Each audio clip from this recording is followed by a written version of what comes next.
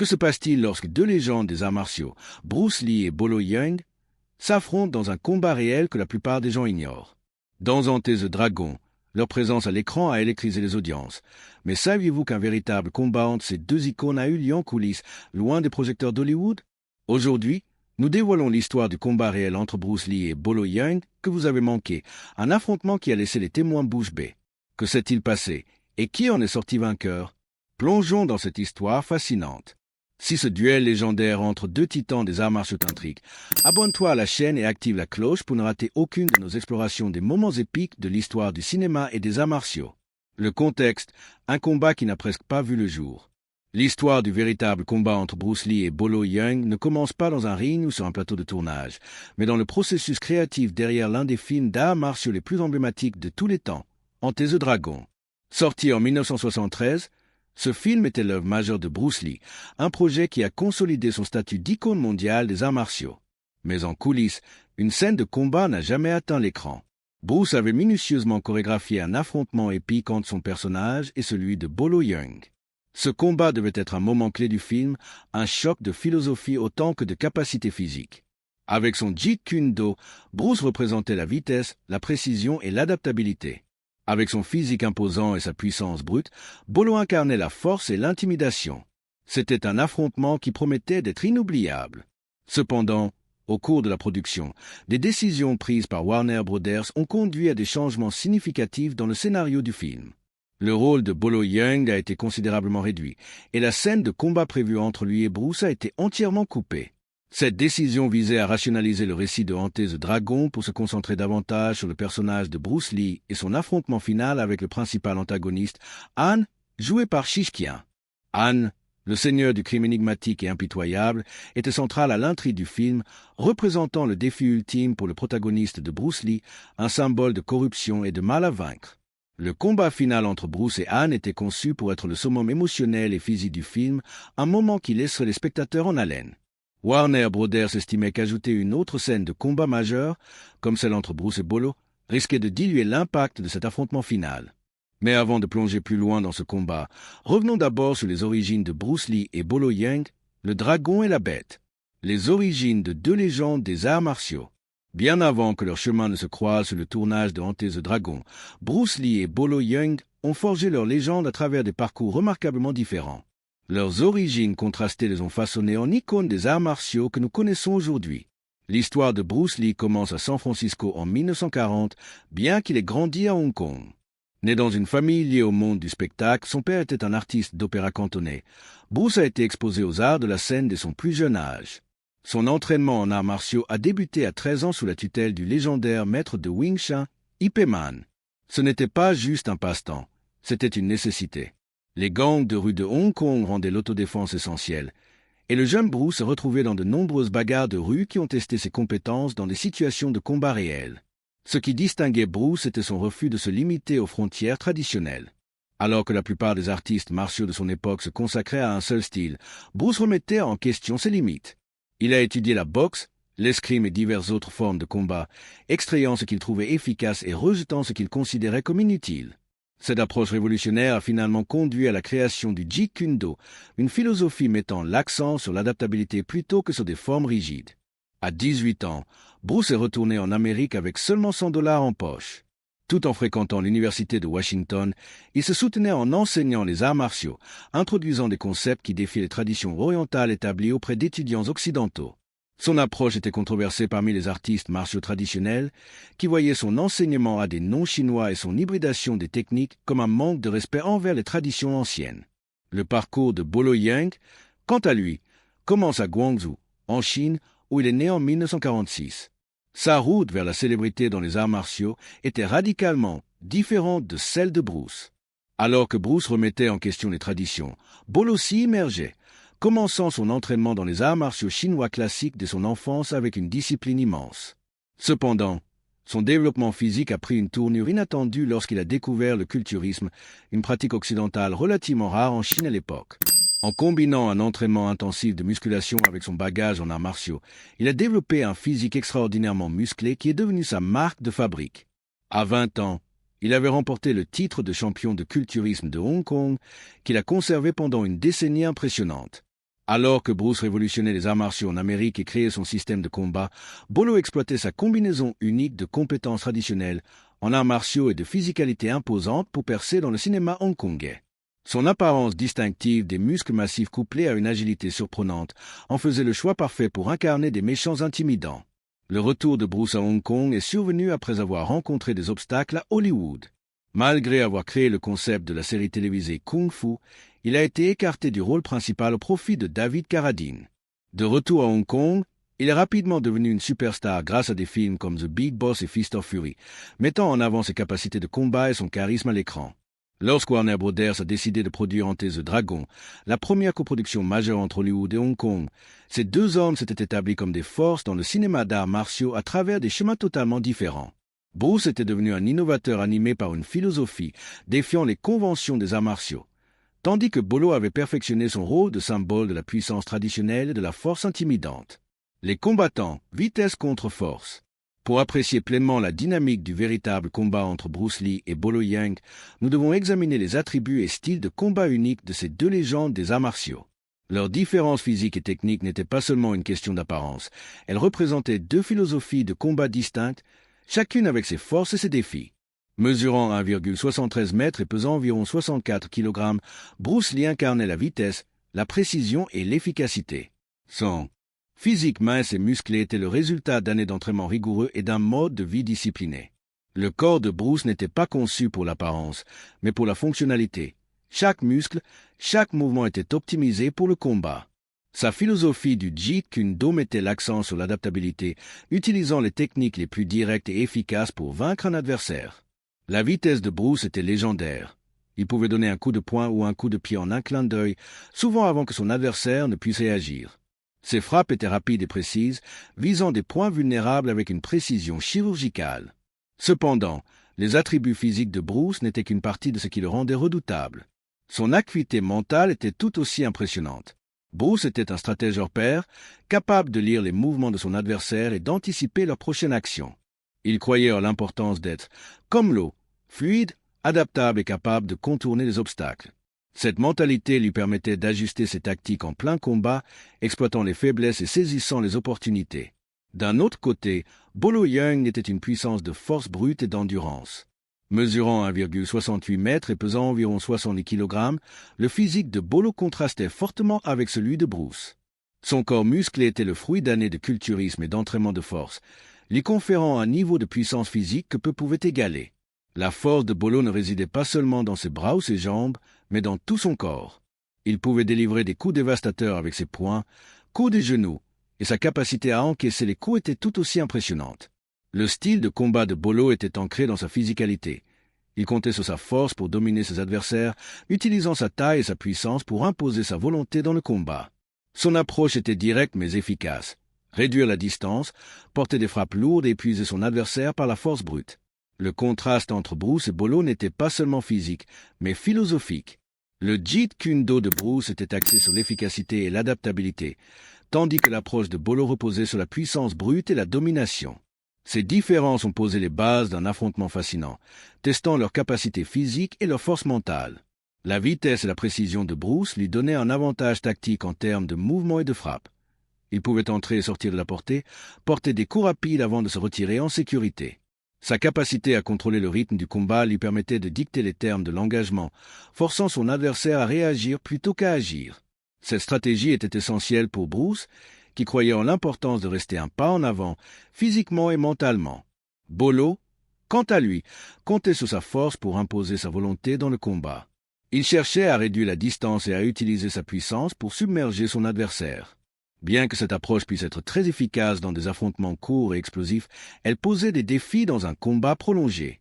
Le physique musclé de Bolo nécessitait une énergie considérable pour être maintenu, ce qui pouvait conduire à la fatigue au fil du temps.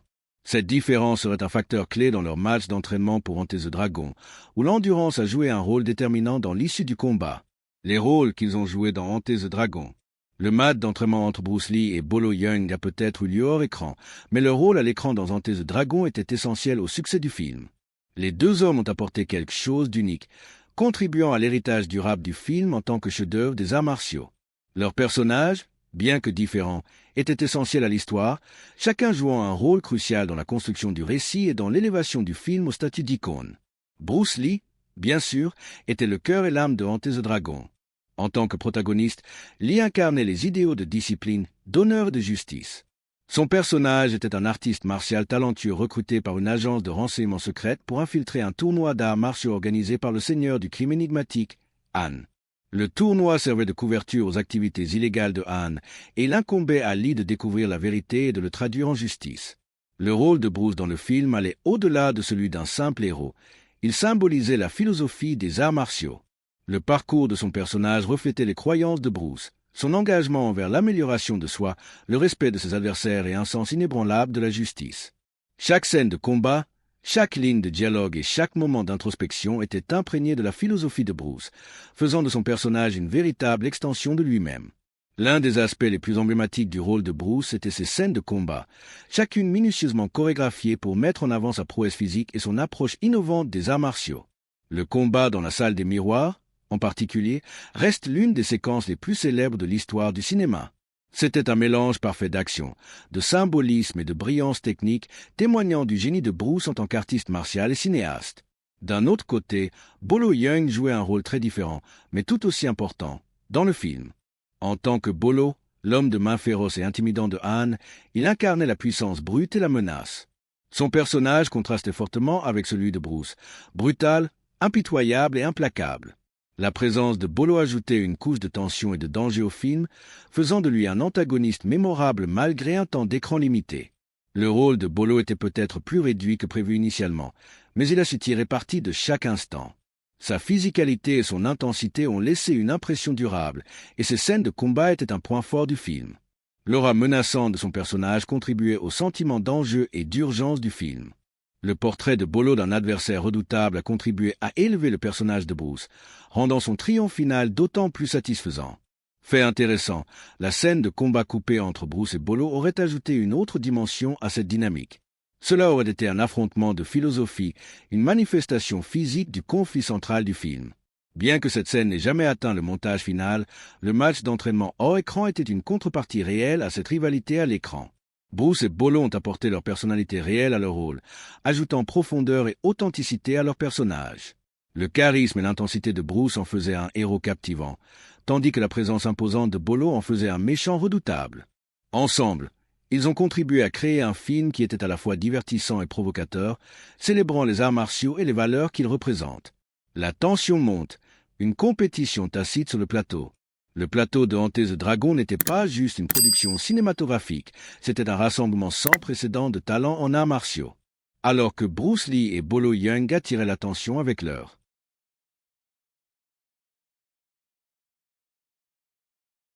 Pour Bolo Yeung, le combat fut une expérience humiliante. Physique et style contrastés, ils étaient entourés d'une constellation d'artistes martiaux légitimes qui ont été témoins de la tension croissante entre ces deux icônes. Jim Kelly, champion de karaté qui jouait Williams, a observé l'intensité professionnelle entre Bruce et Bolo pendant les sessions d'entraînement.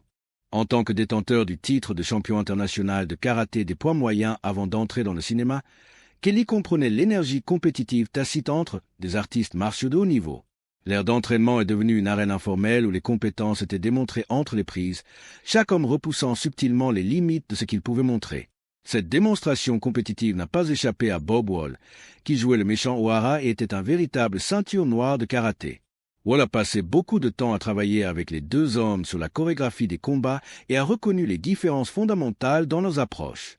Bruce mettait l'accent sur la vitesse, la précision et ses concepts révolutionnaires d'efficacité, tandis que Bolo mettait en avant des mouvements puissants qui soulignaient sa force redoutable.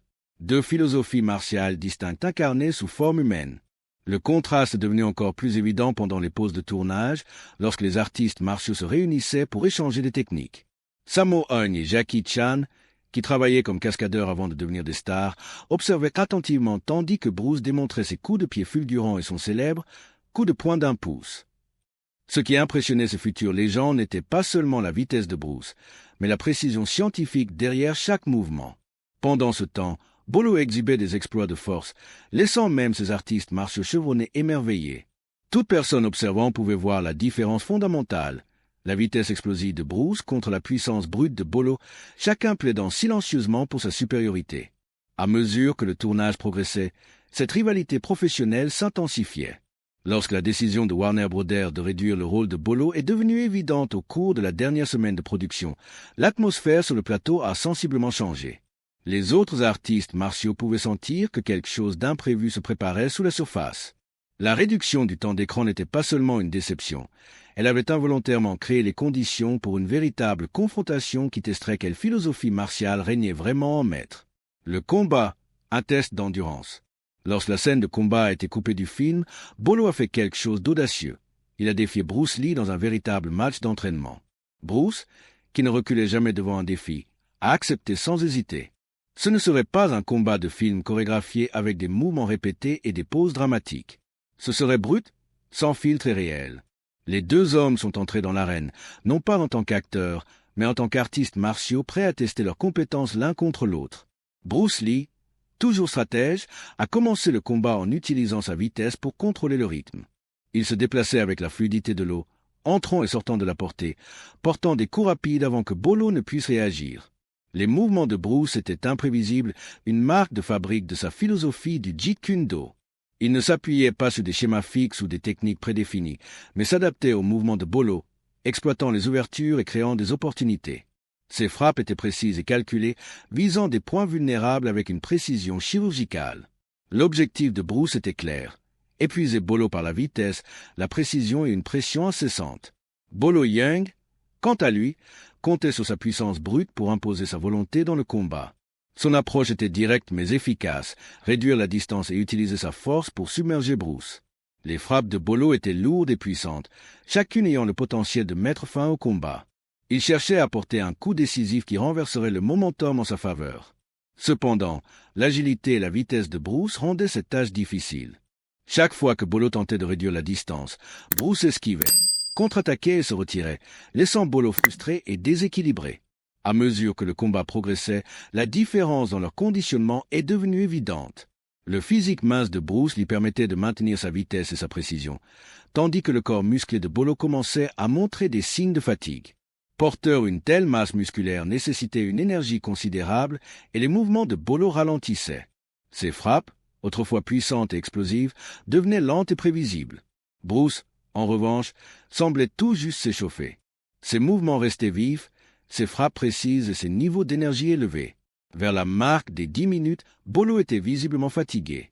Sa respiration était lourde, ses mouvements laborieux et ses frappes manquaient de leur puissance initiale. Bruce, sentant une opportunité, a commencé à presser l'attaque. Il a augmenté le tempo du combat, enchaînant des combinaisons rapides et forçant Bolo à se défendre. La capacité de Bruce à maintenir sa vitesse et sa précision sur une période prolongée témoignait de son régime d'entraînement rigoureux et de son accent sur la force fonctionnelle et l'endurance. Malgré sa fatigue, Bolo continuait à se battre, sa détermination et sa résilience étaient évidentes. Mais le coût physique du combat devenait trop important à supporter. Chaque fois qu'il tentait de monter une offensive, Bruce contre-attaquait avec une rafale de coups, forçant Bolo à revenir en position défensive. Le combat était devenu un test d'endurance, et il était clair que Bruce avait l'avantage. En fin de compte, Bolo a dû concéder. Il ne pouvait tout simplement pas suivre le rythme implacable de Bruce. Le combat l'avait épuisé, et il était physiquement vidé. Bruce, en revanche, semblait tout juste commencer. Ses niveaux d'énergie restaient élevés, et ses mouvements restaient vifs et précis. L'issue du combat était un témoignage de la condition physique supérieure de Bruce et de sa capacité à maintenir sa vitesse et sa précision sur une période prolongée. Ce match d'entraînement était plus qu'un simple concours physique. Il validait la philosophie des arts martiaux de Bruce Lee.